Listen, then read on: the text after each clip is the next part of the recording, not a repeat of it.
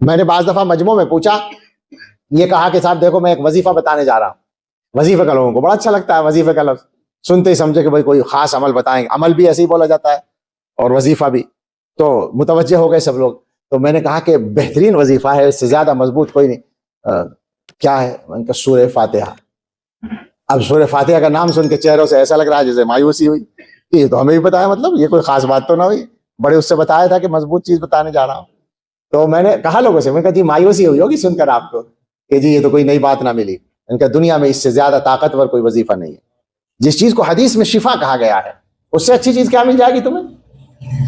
تمہیں تو اس بات کا شوق ہے کہ وہ عامل صاحب یہ بتائیں کہ دیکھو یہ تعویذ ہے، اس کو گدی کے پیچھے باندھ کے اور سورج کی طرف منہ کر کے سورج نکلنے کے وقت میں ایک ٹانگ پہ کھڑے ہو کر اور دوسری ٹانگ سر پہ رکھ کے 377 دفعہ یہ پڑھنا ہے تو اچھا لگے گا کہ ہاں یہ بڑھیا وظیفہ ہے.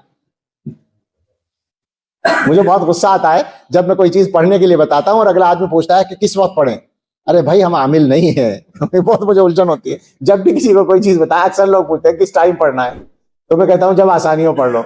کسی سے کہہ دیتا ہوں بھائی یہ عملیات نہیں ہیں، یہ تو قرآن و حدیث کی چیزیں ہیں، جب موقع ملے پڑھ لو، جب پڑھو گے تبھی فائدہ ہوگا. مگر عاملوں نے مزاج بگاڑ رکھا ہے.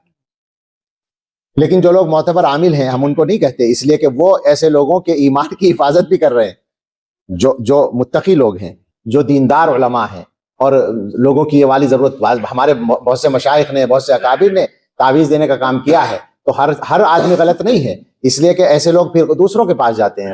اصلاح اس کی کرنی ہے اصل، کہ شفا کے لیے کافروں کے پاس جاؤ گے، شفا کے لیے مطلب ایسی چیزیں کرو گے جن کا ترجمہ اور مطلب بھی تمہیں معلوم نہیں ہے. اللہ جانے وہ صحیح ہے یا غلط ہے، جائز ہے یا ناجائز ہے، یہ نہیں چلے گا. بہرحال بیماریاں خدا نخواستہ ہوں تو اس کے لیے دوا علاج بھی کریں اور قرآن سے سورہ فاتحہ سے مدد لیں. قرض ہو کسی کے ذمے تو اس کے لیے اللہ سے روزانہ دعا بھی کریں، اور لیلاف قریش ہر نماز کے بعد 7 مرتبہ پڑھ لیا کریں. اول آخر درود شریف 1 مرتبہ. روزگار میں برکت بھی ہوگی، قرض کی ادائیگی بھی ہوگی انشاءاللہ. یہ سب لوگ سمجھ لیں.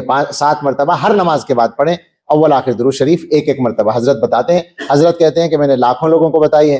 میں کہہ سکتا ہوں کہ میں نے ہزاروں لوگوں کو بتائی ہے. اور فائدہ ہوتا ہے، فائدہ ہوتا ہے، یقیناً ہوتا ہے.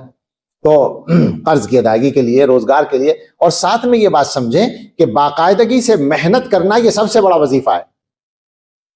ہم لوگوں کی محنت میں تسلسل نہیں ہوتا، مسلسل کام نہیں کرتے، کبھی کر لیا کبھی چھوڑ دیا. یہ بے برکتی کی بنیاد بھی ہوتی ہے.